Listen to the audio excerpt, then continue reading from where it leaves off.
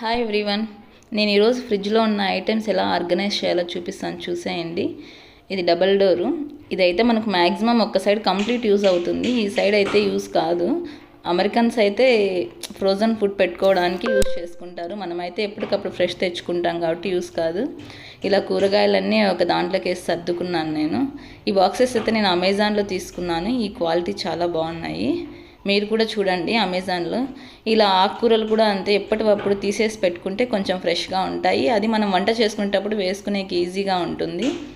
ఇలా అన్నీ ఆర్గనైజ్ చేసుకున్నాను. ఫ్రిడ్జ్లో ఎలా పెట్టానో ఒకసారి అంతా ఫైనల్ లుక్ చూసేయండి. ఈ సైడ్ అయితే నేను కెచప్స్, కార్న్ఫ్లోర్ పౌడర్స్, తర్వాత డ్రై ఫ్రూట్స్ అన్నీ పెట్టుకున్నాను. ఇలా ఉంది.